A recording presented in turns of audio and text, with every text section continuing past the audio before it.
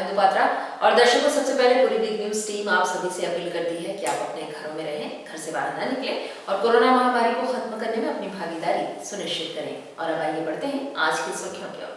Lockdown के बीच railway board ने दी देशवासियों को बड़ी राहत। कई विशेष ट्रेनों का परिचालन हुआ शुरू। यात्रियों में दौड़ी खुशी की लहर। झारखंड सरकार ने 13 मई से पेट्रोल और डीजल के दामों में किया इजाफा। कोरोना संकट के मद्देनजर उठाया गया ये कदम। 2.5 रुपये की गई है वृद्धि। और जहां एक तरफ केंद्र व राज्य सरकार मजदूरों को उनके गंतव्य स्थान पर पहुंचाने में दिन रात कर रही है प्रयास, तो वहीं कई मजदूर पैदल ही यात्रा करने को है मजबूर। और खबरों में सबसे पहले बात करेंगे यात्रियों की खुशी की। जी हाँ, इस लॉकडाउन के बीच रेलवे बोर्ड द्वारा देशवासियों को एक बड़ी राहत दी गई है, जहां 50 दिनों बाद कई विशेष ट्रेनों का परिचालन आरंभ किया गया। इसी कड़ी में भुवनेश्वर से चलकर दिल्ली जाने वाली विशेष ट्रेन टाटानगर रेलवे स्टेशन से होकर गुजरी, जहां पूरी सुरक्षा और सोशल डिस्टेंस के तहत यात्री अपने गंतव्य स्थान के लिए रवाना हुए। रेलवे बोर्ड द्वारा पूरे देश में कोविड-19 की विशेष ट्रेनों का परिचालन आरंभ हुआ है, ताकि देश के विभिन्न कोने में फंसे लोग अपने घरों तक पहुंच सके। बता दें, न्यू दिल्ली कोविड-19 विशेष एसी ट्रेन जो कि भुवनेश्वर से दिल्ली व दिल्ली से भुवनेश्वर जाने के क्रम में टाटानगर रेलवे स्टेशन होकर गुजरेगी। बुधवार को भुवनेश्वर से दिल्ली जाने के क्रम में टाटानगर रेलवे स्टेशन पर इसका आगमन हुआ, जहां कुल 67 यात्री टाटानगर रेलवे स्टेशन से अपने गंतव्य स्थान के लिए ट्रेन से रवाना हुए। इस दौरान जिला प्रशासन के साथ साथ रेल प्रबंधन और सुरक्षा के दृष्टिकोण से भारी संख्या में पुलिस बल की तैनाती की गई थी, जहां यात्रियों के थर्मल स्क्रीनिंग के बाद ही उन्हें स्टेशन के अंदर प्रवेश करने की अनुमति दी गई और पूरी तरह से सोशल डिस्टेंस का पालन हो, इसकी मॉनिटरिंग रेलवे के वरीय पदाधिकारी कर रहे थे। वहीं इस दौरान यात्रा करने वालों में ऐसे बहुत लोग देखे गए जिन्हें अपने रिश्तेदारों से बिछड़ने का गम तो दिखा, वहीं दूसरी तरफ अपने घर जाने की खुशी भी दिखी। वहीं जमशेदपुर निवासी एक यात्री करण मल्होत्रा ने बताया है कि पिछले कई महीनों से उनके पूरे परिवार के सदस्य गुड़गांव में फंसे हुए हैं, जहां कोई रास्ता नहीं निकलने पर थक हार कर वे स्वयं उनके पास जा रहे हैं और परिवार के सदस्यों को गुड़गांव से जमशेदपुर वापस लेकर आएंगे। हालांकि रेल सेवा शुरू होने से लोगों ने घर वापसी को लेकर राहत की सांस जरूर ली है। हमारा जमशेदपुर का मेरे 3 बच्चे और वाइफ गुड़गांव में फंसे हुए हैं। आज 3 महीना से वहीं उन लोग मैं उन लोग का भी आने के लिए करा रहे, टिकट उन लोगों का नहीं हुआ। मैं घबरा रही, इसलिए मैं यहाँ पे उनके पास जा रहा था। गुड़गांव में किनके पास हैं वो लोग? अभी गुड़गांव में उन लोग पीजी में थे बच्चे लोग, तो अभी वहीं में फंसे हुए हैं सब। कितने दिनों से फंसे हैं? वो लोग लॉकडाउन से पहले से फंसे हुए हैं। तो अभी आप लेने जा रहे हैं? जी। कौन से ट्रेन से जा रहे हैं? मैं ये जो अभी भुवनेश्वर वाली जा रही है उसमें ले जा रहा हूँ। कैसा लग रहा है कि आप जा रहे हैं अपने परिवार वालों के पास? बहुत अच्छा लग रहा है। परिवार पूरा फंसा हुआ, बहुत परेशान है हम लोग, कोई आ भी नहीं पा रहा है और सब वहाँ घबरा रहे हैं। तो नहीं, तो फिर मेरा जाना जरूरी है उनको और दिला सकूँ। अच्छा, इस संक्रमण के बीच में रेल सेवा शुरू की गई है, ऐसे में एक आम आदमी के नाते किस तरह से आप सोशल डिस्टेंस का पालन करें? ऐसा है कि हर इंसान को अपना ख्याल अपने रखना होगा, अपने सोशल डिस्टेंसिंग का पालन के साथ साथ अपनी सुरक्षा अपने हाथ में। हम जितना अपना ध्यान रखेंगे उतना हमारे लिए, हमारे देश के लिए अच्छा है। आपका शुभ नाम? मेरा नाम करण मल्होत्रा। आप रहते कहाँ हैं? जमशेदपुर तेलंगाना। और इधर झारखंड सरकार ने 13 मई से पेट्रोल और डीजल की कीमतों में 2.5 रुपये की बढ़ोतरी कर दी है। कोरोना महामारी काल में तत्काल फंड जुटाने हेतु सरकार ने ये कदम उठाया है। गौरतलब है कि पिछली राज्य सरकार ने पेट्रोल और डीजल की कीमतों में 2.5 रुपये की रियायत टैक्स पर दी थी, लेकिन वर्तमान समय में कोरोना महामारी के खर्च हेतु फंड इकट्ठा करने के उद्देश्य से राज्य सरकार ने कीमतों को बढ़ा दिया है। जहां पहले पेट्रोल की कीमत लोगों को 68 रुपये 59 पैसे लगते थे, वहीं अब लोगों को 1 लीटर पेट्रोल के लिए 71 रुपये 19 पैसे चुकाने होंगे। वहीं डीजल की कीमत भी अब बढ़कर 65 रुपये 99 पैसे प्रति लीटर हो गई है। झारखंड पेट्रोल डीलर एसोसिएशन के सचिव के अनुसार वर्तमान समय में राज्य सरकार कोरोना महामारी से निपटने के लिए फंड इकट्ठा करने पर जुटी हुई है और इस कारण से कीमतों में बढ़ोतरी की गई है। वहीं उन्होंने कहा है कि इससे कुछ ज़्यादा फर्क नहीं पड़ेगा, क्योंकि लॉकडाउन के कारण पेट्रोल और डीजल की ज़्यादा बिक्री भी नहीं हो रही है। पिछले बार जो रेट्स क्रूड ऑयल का बहुत ज्यादा बढ़ा था, तो 2.5 रुपया पर लीटर का डिस्काउंट था हम लोगों को डीजल पर भी और पेट्रोल पर भी, जो कि इसके पहले वाली सरकार ने मुहैया कराया था। बट अभी वो जो 2.5 रुपये का डिस्काउंट पर लीटर चल रहा था पेट्रोल डीजल पर, वो कल रात से यानी कि रात्रि 12 बजे से, यानी कि आज सुबह रात्रि 12 बजे से कल उसको हटा दिया गया और अब 2.5 रुपया पेट्रोल डीजल दोनों का रेट बढ़ गया है झारखंड में। पेट्रोल का रेट अब 2.5 रुपये बढ़ने के बाद हो गया है 71 रुपये 19 पैसा और डीजल का रेट 2.5 रुपये बढ़ने के बाद हो गया है 65.99 रुपये। तब सरकार ने यह दिया है कि उनको कोविड में फंड की आवश्यकता है, और चूंकि शायद इनका जो जीएसटी का इनका स्टेट का जो इशूज है वो शायद सेंटर से रिजॉल्व नहीं हुआ है, इनको तत्काल में फंड की आवश्यकता है।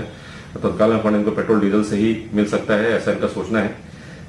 अब तो चूंकि बट फिर भी उनको बहुत ज्यादा सिर्फ रेवेन्यू मिलेगा नहीं, क्योंकि सेल्स तो है नहीं। और फिर भी जो उनको हो सके इस वक्त तो स्टेट को जरूरत है पैसा की, और ये इनको सबसे उचित तरीके फिलहाल तो सिर्फ झारखंड में बढ़ा है। और यहाँ आपको बताते चले कि एक तरफ केंद्र सरकार, राज्य सरकार द्वारा प्रयास किया जा रहा है कि प्रवासी मजदूरों को उनके गंतव्य स्थान तक सुरक्षित पहुंचाया जाए। बावजूद इसके इतनी इनकी स्थिति विकराल होती जा रही है कि लोग पैदल ही अपने घर से कूच कर जा रहे हैं। ताज़ा मामला पूर्वी सिंहभूम जिले के हल्दी पोखर का है, जहां ईंट भट्टा में काम करने वाले लगभग 19 मजदूर भट्टा मालिक द्वारा मदद नहीं करने और डरा धमकाकर आधे पेमेंट देने पर सारे लोग बच्चे और महिलाओं के साथ छत्तीसगढ़ के लिए पैदल ही निकल पड़े। हालांकि जानकारी मिलने पर टाटानगर रेलवे स्टेशन के बाहर चेक नाके में सारे लोगों को पकड़कर पुलिस ने पूछताछ की और अपने वरीय पदाधिकारी को इस संबंध में जानकारी दी। वहीं पीड़ित महिला मजदूर ने बताया है कि भट्टा मालिक द्वारा मदद तो दूर, उनके पेमेंट को भी आधा कर दिया गया है। जब अपने घर जाने के लिए उनके द्वारा दबाव बनाया गया तो भट्टा मालिक द्वारा धमकी भी दी गई। किसी तरह से वे सभी कुछ पैसों को इकट्ठा कर ईंट भट्टे से छुपते छुपाते निकलकर पैदल ही अपने घर को निकल पड़े, ताकि अपने घर पहुंच जाएं, ताकि इस संकट से निजात मिल सके। रह रहे थे ईंटा भट्टे में, काम कम रहे थे, हमारा ठेकेदार कुछ मदद कर नहीं रहा था, हम लोग को पेमेंट थोड़ा थोड़ा दे रहा था। तो हम लोग रात में जब आवेदन डालने के लिए बोल रहे थे तो आवेदन भी नहीं डाला, काम करो चुपचाप, कोई कहीं जाने नहीं देंगे ऐसा बोल रहा था। तो हम लोग रात में ना जब वो अपने घर चले गया तो हम वहाँ से भाग कर आए हैं अपने बच्चे। कितने लोग हैं आप बच्चे को लेकर, कितने लोग हैं? हम बच्चे से हम सबसे लेकर 19 लोग हैं। सब कहाँ के हैं आप लोग? सब हम अपने छत्तीसगढ़ से हैं, रायगढ़। तो अभी कहाँ कैसे जाएंगे, कुछ पता चला? कुछ साधन मिलेगा तो जाएंगे अभी। तो आप लोग वहाँ से पैदल निकले तो आप लोग को ये मालूम था कि ट्रेन नहीं चल रही है, बस नहीं चल रही? नहीं, वो मालूम था थोड़ा बहुत, फिर बोला कि चल रहा है, बस मिलेगा, कोई साधन होगा ऐसे बोल रहा था। तो हम लोग वहाँ से आए हैं। कितने दिनों से फंसे हुए थे आप? हम लोग 4 दिन से फंसे हैं, 4 दिन से पैदल हो रहे हैं। नहीं, मतलब लॉकडाउन कितने दिनों से आप लोग वहाँ पर फंसे हुए थे? लॉकडाउन जब से तब से? हाँ, जब से लॉकडाउन चला है तब से हम वहीं फंसे हुए हैं, और वहीं से हम लोग का खाना पीना सबका भी। और वहाँ का दूसरे ठेकेदार फ़ोन करता था तो बोलता था कि मेरे पास तेरा सब, वो डॉक्टर भी है खुद। हम लोग वो जो ईंट बनवाते थे हमारा ठेकेदार, वो भी डॉक्टर है। आप लोग ईंट बनाने का काम करते थे? हाँ, ईंट बनाते थे हम लोग, हम खुद मेहनत करते थे, और हमें भी पेट भर के लिए खर्चा भी नहीं दे रहा था। कितना मिलता था डेली, एक दिन का हाजिरी आप लोगों को? हम लोग का एक दिन का 250 देता था। तो अभी पैसा नहीं दे रहा था? अभी पैसा नहीं दे रहा था हम लोग को, जो बचा कुचा पैसा था और जो मोदी सरकार 500 रुपये जो देता था उसी को निकाल कर हम लोग आ रहे हैं। कहाँ खाते से निकाले? अपना खाते से 500 1000 रुपया था, जितना सब जने को मिल के आ रहे हैं, सब थोड़ा थोड़ा पैसा धरे थे उसी में। क्या नाम है आपका? पूजाबाई निराला। वहीं मजदूरों को पैदल जाता देख चेक नाके में उपस्थित पुलिस के जवानों और मजिस्ट्रेट ने सारे लोगों की समस्याओं को जाना और वरीय पदाधिकारियों को इस संबंध में सूचना दी। वहीं इस संबंध में जानकारी देते हुए मजिस्ट्रेट मृत्युंजय महतो ने कहा है कि सारे लोग पैदल ही हल्दी पोखर के कोवाली से रायगढ़ अपने घर के लिए निकल पड़े हैं, जिन्हें फिलहाल रोककर आगे की कार्रवाई की जा रही है। से आ रहे हैं और छत्तीसगढ़ जाएंगे ये लोग। पैदल ही निकल गए थे? हाँ, अभी चेक पोस्ट में देखे कतार बना के पैदल ही ये लोग आ रहे हैं। अभी आगे क्या कुछ कार्रवाई की जाएगी? आगे कंट्रोल रूम को रिपोर्ट किए हैं, अभी कंट्रोल रूम को रिपोर्ट कर दिए हैं। मतलब क्वारंटीन किया जाएगा इनको? अब क्वारंटीन करेंगे या फिर जाने की व्यवस्था करेंगे, कंट्रोल रूम को रिपोर्ट करते हैं। आपका शुभ नाम सर? मृत्युंजय महतो मेरा नाम है। और इधर इस कोरोना महामारी के संकट के लिए निराकरण के साथ साथ जमशेदपुर के पूर्व का विधायक संजीव सरदार इस भीषण गर्मी में लोगों की प्यास भी बुझाते हुए दिखाई दिए, जहां स्वयं क्षेत्र में घूम-घूमकर टैंकर के माध्यम से हजारों लोगों के घर तक इन्होंने पानी पहुंचाने का प्रयास किया। जमशेदपुर के ग्रामीण क्षेत्र बागबेड़ा, करंडी, सुंदरनगर क्षेत्रों में गर्मी के मौसम में हर वर्ष पेयजल की समस्या उत्पन्न हो जाती है। वहीं बृहद ग्रामीण जलापूर्ति योजना आज तक अधर में लटकी हुई है। ऐसे में भयावह स्थिति को देखते हुए क्षेत्र के विधायक अपने विधानसभा क्षेत्र में टैंकर से जलापूर्ति की शुरुआत की है ताकि इस भीषण गर्मी में साथ ही इस महामारी को देखते हुए लोगों को निजात मिल सके। वहीं इस संबंध में जानकारी देते हुए क्षेत्र के विधायक संजीव सरदार ने कहा है कि इस भीषण गर्मी में क्षेत्र में पेयजल का संकट गहराता जा रहा है। उन्होंने बताया है कि चुनाव के समय उनके द्वारा ये वादा किया गया था कि हर घर के पेयजल की समस्या को दूर करना उनकी पहली प्राथमिकता होगी, जिसकी शुरुआत उनके द्वारा कर दी गई है, जिसमें गठबंधन के लोगों का भी सहयोग पूरी तरह से मिल रहा है। वहीं उन्होंने बताया कि रोजाना हजारों की संख्या में लोगों की जलापूर्ति की समस्या टैंकर के माध्यम से दूर की जाएगी। आज इस बागबेड़ा क्षेत्र कोपका विधानसभा के अंतर्गत बागबेड़ा से लेके हर रुटू करंडी सुंदरनगर तक आज इस गर्मी को देखते हुए जो हम लोग चुनावी वादा किए थे कि अगर आपका बेटा को अगर साथ देते हैं तो हम लोग इस क्षेत्र में शुद्ध पेयजल का व्यवस्था करवाएंगे। आज उसके तहत आज हम लोग बागबेड़ा में आज शुरुआत किए हैं कि ताकि इस क्षेत्र में जिनका भी पानी का दिक्कत हो तो उनका घर तक हम लोग पानी का व्यवस्था करवा पाएँ। आज उसका तहत शुरुआत हुआ है और सुबह से आज शाम तक जो टैंकर का द्वारा इस क्षेत्र में पानी घर घर तक पहुंचाया जाएगा। और उसके लिए आज हमारे पार्टी के साथ साथ आज गठबंधन के साथी कांग्रेस के नेतागण और हमारा पार्टी के नेतागण इसके लिए इस क्षेत्र में रूटीन वाइज हर क्षेत्र में पानी पहुंचाने के लिए काम करेंगे। कितने टैंकर के माध्यम से कितने लोग लाभान्वित होंगे? आज जो हम लोग शुरुआत किए हैं 2 टैंकर और आने वाले दिन में और 3 टैंकर का हम लोग शुरुआत करने वाले हैं। कितने लोगों को लाभ मिलेगा इससे? इसमें लगभग जहाँ जहाँ पानी की समस्या है प्रत्येक दिन अगर देखा जाए तो 1000 से 4000 तक लोगों को हम लोग पहुँचाने का पानी का प्रयास रखें। और इधर पूर्वी सिंहभूम जिले में कोरोना मरीज के मिलने से जिले से सटे अन्य जिलों में भी हड़कंप मच गया है, जहां पूर्वी सिंहभूम जिले से जुड़ने वाले सरायकेला जिले में चेकिंग और सख्त कर दी गई है, जहां हर आने जाने वालों पर विशेष नजर रखी जा रही है और बिना पास के किसी को जाने नहीं दिया जा रहा है। मंगलवार को चाकुलिया से 2 छात्र जो कि बंगाल से आए हुए थे, उनकी रिपोर्ट पॉजिटिव आने से पूरे पूर्वी सिंहभूम जिले व आसपास के जिलों में हड़कंप सा मच गया है। स्थिति को भांपते हुए सरायकेला जिले के उपायुक्त ने पूर्वी सिंहभूम जिले व सरायकेला जिले के बॉर्डर में जांच अभियान को और तेज कर दिया है, जहां हर आने जाने वालों पर विशेष नजर रखी जा रही है। बिना पास के वाहनों के आवागमन को पूरी तरह से रोक दिया गया है ताकि संक्रमण का खतरा अन्य जिलों में भी प्रवेश न कर पाए। हालांकि पूर्वी सिंहभूम जिले में भी जिले के उपायुक्त के निर्देश पर सख्ती बरती जा रही है। हम लोग 2 जिला से जुड़ा हुआ हम लोग 28 दिन इस पर ड्यूटी कर रहे हैं। जो भी सरायकेला से आ रहे हैं जिनके पास पास है उन्हीं को छोड़ रहे हैं, जिनके पास पास नहीं है उनको लौटा दे रहे हैं। जो ज़रूरतमंद है जैसे चिकित्सीय इलाज के लिए आ रहे हैं उन्हीं को छोड़ रहे हैं। जो बैंक कर्मी हैं अपना आइडेंटिटी कार्ड दिखा रहे हैं तभी उनको छोड़ रहे हैं। बहुत सारे लोग जो हैं बोल रहे हैं, कुछ महिलाएं जो हैं झूठ बोल रही हैं, लेकिन जो चिकित्सीय इलाज के लिए आ रहे हैं उनको छोड़ रहे हैं। हम लोग धूप हो, गर्मी हो, बरसात हो, इसमें खड़े होकर के ड्यूटी कर रहे हैं। सब हमारी जवान एकदम खड़े होकर के ड्यूटी कर रहे हैं, डटे हुए हैं। क्या नाम हुआ आपका? मेरा नाम धर्मेंद्र कुमार सिंह। और यहाँ आपको बता दें कि जमशेदपुर के सिविल सर्जन कार्यालय के कर्मचारी इन दिनों दहशत के माहौल में काम करने को मजबूर हैं। जी हाँ, जहाँ चाकुलिया से मिले 2 कोरोना पॉजिटिव मरीज के संपर्क में आने वाले कर्मचारियों के कार्यालय में आने से पूरे कार्यालय में डर का माहौल व्याप्त हो गया है। स्थिति इतनी विकराल हो गई है कि सारे कर्मचारी काम करने से कतराते नजर आ रहे हैं। बता दें, सिविल सर्जन कार्यालय में 2 ऐसे कर्मचारी कार्यरत हैं जो पिछले दिनों मिले कोरोना पॉजिटिव मरीजों के संपर्क में भी आ चुके हैं। हालांकि जानकारी मिलने पर दोनों कर्मचारियों को होम क्वारंटाइन कर दिया गया है, पर अभी कार्यालय में दहशत बरकरार है। साथ ही पूरे कार्यालय के सैनिटाइज नहीं होने पर भी आक्रोश देखा जा रहा है। वहीं इस संबंध में जानकारी देते हुए स्वास्थ्य कर्मचारी व कर्मचारी संघ के जिला महामंत्री रविंद्र नाथ ठाकुर ने बताया है कि पूरे कार्यालय में डर का माहौल व्याप्त है, ऐसे में काम करना बहुत मुश्किल है। साथ ही उन्होंने बताया है कि इस कार्यालय में विभाग द्वारा जारी रोस्टर का पालन नहीं हो रहा है। उन्होंने बताया कि जब तक पूरे कार्यालय परिसर को सैनिटाइज नहीं किया जाएगा वे सभी काम नहीं करेंगे। हाँ, जो आपको जैसा विदित है, चाकुलिया क्षेत्र के जो 2 पॉजिटिव आए हैं रोगी, उसी क्षेत्र से हमारे यहाँ इस कार्यालय में भी 2 लिपिक आ रहे थे। तो ऐसा वो जो स्थिति और उनके परिवार का भी आवागमन बीच में हो रहा था, तो इसको देख करके जितने भी कर्मचारी हैं वो सभी डर में अभी दहशत व्याप्त है सबको लग रहा है कि क्या होगा क्या नहीं होगा, कि ये स्थिति अभी बनी हुई है। और अभी तक ऑफिस को सैनिटाइज नहीं किया गया है। 24 घंटे हो गए, 24 घंटे तक अब तक सैनिटाइज नहीं हुआ कार्यालय? नहीं, कार्यालय सैनिटाइज अभी नहीं हुआ है। तो आपने वरीय पदाधिकारी को अवगत कराया है इससे?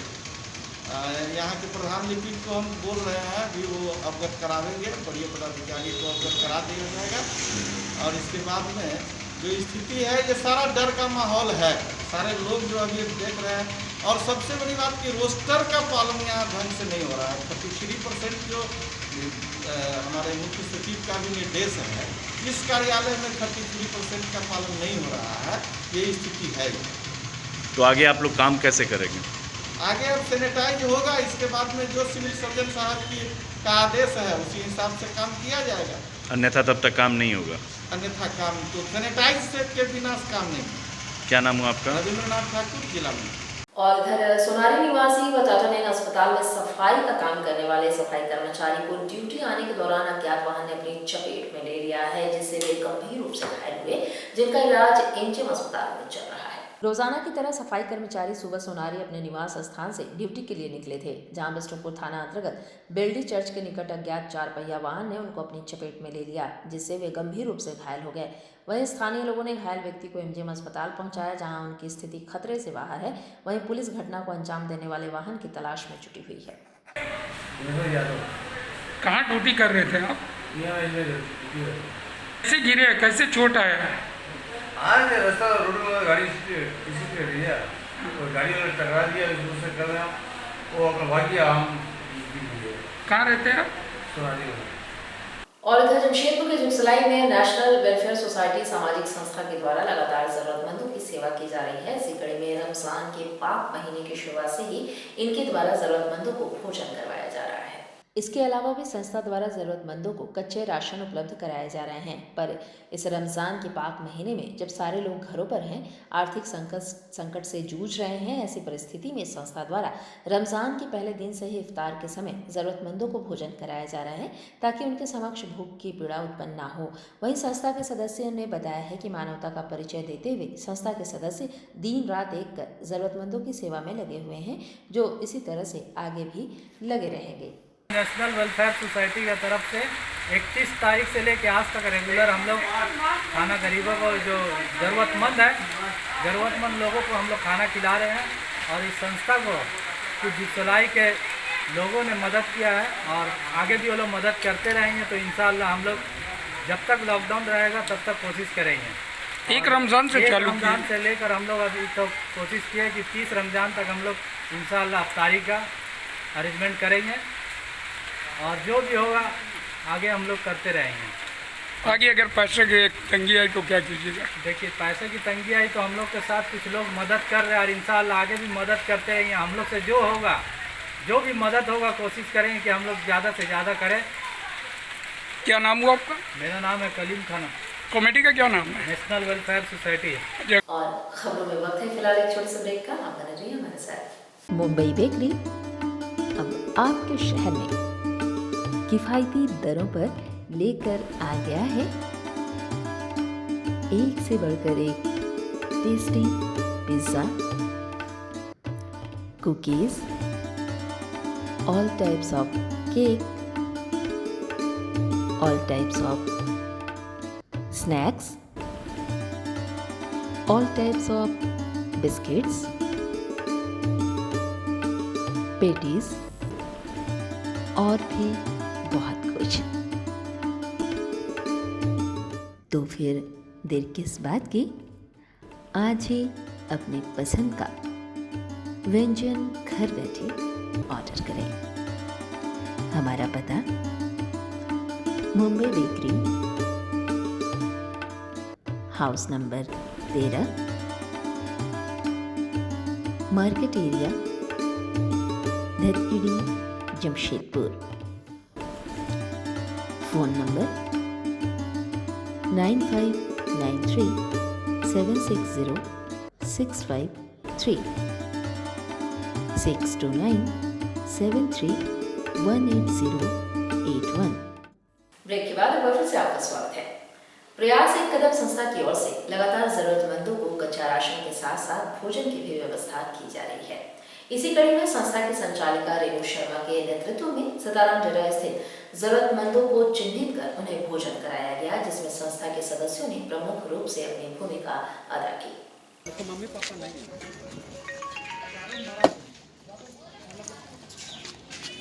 पकड़िए, उधर लेके जाइए। इधर खड़ा रह जाइए, आप लोग खड़ा रह जाइए। और वहीं नितारा फाउंडेशन के सदस्यों के द्वारा व महिला सदस्यों के द्वारा धान चटानी में जरूरतमंदों को भोजन बनाकर वितरित किया गया, जिसमें लगभग 400 लोगों को दोपहर का भोजन कराया गया। इस कोरोना महामारी को देखते हुए संस्था के सदस्यों के द्वारा लगातार अपने सामाजिक दायित्व को निभाते हुए कभी सैनिटाइज का छिड़काव हो या सूखा राशन का वितरण हो या खाना वितरण हो, ये सभी दायित्वों का निर्वहन कर रहे हैं। इसी तरह से अपने सामाजिक कर्तव्यों का पालन करते हुए इनके द्वारा भोजन कराया गया। सबसे पहले तो कोविड-19 को देखते हुए नितारा फाउंडेशन के सदस्यों ने सब विचार किया कि सबसे पहले गोविंदपुर में एक सैनिटाइज किया जाए।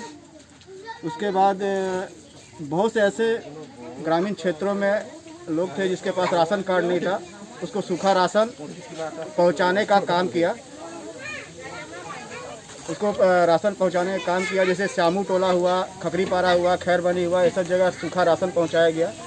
उसके बाद से संस्था के महिलाओं द्वारा मतलब कि हम लोग का खाना वितरण का भी प्रोग्राम बहुत दिन से लोग का ये कार्यक्रम चालू था, और उसके बाद से आज फिर हम लोग यहाँ पर खाना वितरण कर रहे हैं ग्रामीण क्षेत्र धान चटानी में। उसके बाद से आगे की परिस्थिति को देखते हुए संस्था और भी बहुत कुछ करेगी, उस पर हम लोग विचार विमर्श करेंगे। सभी सदस्य बैठ के, कार्यकारिणी सदस्य बैठ कर हम लोग विचार विमर्श किया जाएगा कि आगे क्या करना है।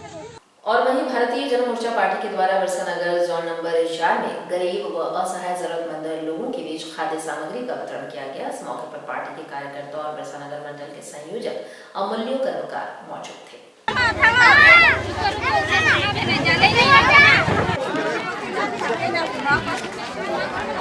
अभी हम लोग जब से लॉकडाउन स्टार्ट हुआ है तब से खाने का, सूखा राशन का वितरण हम लोग कर रहे हैं डेली।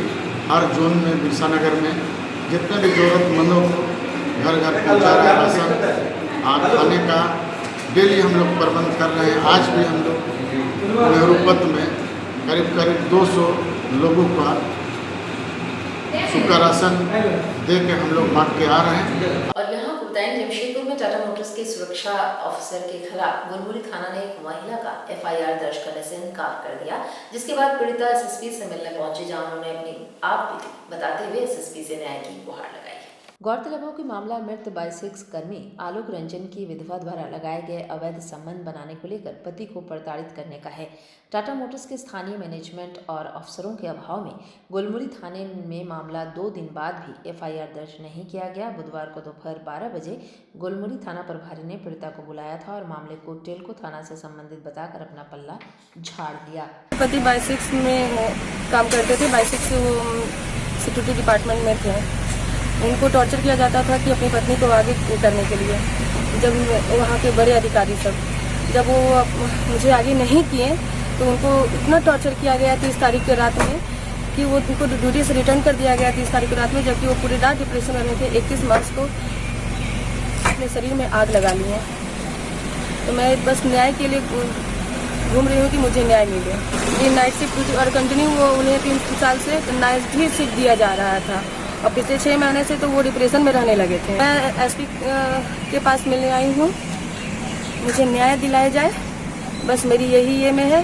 टाटा मोटर्स के जितने भी अफसर हैं जिन्होंने मेरे पति को प्राकृतिक किया, टॉर्चर किया, उनको इस हाल पे पहुँचाने के लिए बस उनको सजा मिले, मेरे लिए यही है। वहीं पीड़िता ने न्याय की आस लगाकर SSP एम तमिल वर्णन से मुलाकात की। पीड़िता ने कहा है कि मामले में 2 दिन बाद तक भी FIR दर्ज नहीं होना और अफसरों का उनका पीछा करना संदेह उत्पन्न करता है। मामले में अब तक FIR दर्ज नहीं हुआ है तो आखिर क्या जांच होगी। हालांकि जिले के SSP ने महिला को इस मामले में उचित कार्रवाई का भरोसा दिलाया है। और इधर जमशेदपुर महिला कांग्रेस कमेटी बागवाड़ा मंडल के द्वारा पशु आधारित जीविका चलाने वाले लोगों को समस्याओं के निदान की मांग जिले के उपायुक्त के समक्ष उठाई है। इस दौरान इन्होंने कहा कि इस लॉकडाउन के दौरान पशुपालकों के समक्ष भीषण समस्या उत्पन्न हो गई है। इन्होंने कहा है कि पशुओं का चारा अत्यधिक महंगा हो गया है और इस कारण से पशुपालक पर्याप्त मात्रा में चारा खरीदने में असमर्थ हैं। ऐसे में पशुओं का पालन लगातार चलाने हेतु मदद की आवश्यकता होगी, जिस पर जिले के उपायुक्त अपने स्तर पर उचित कार्रवाई करें।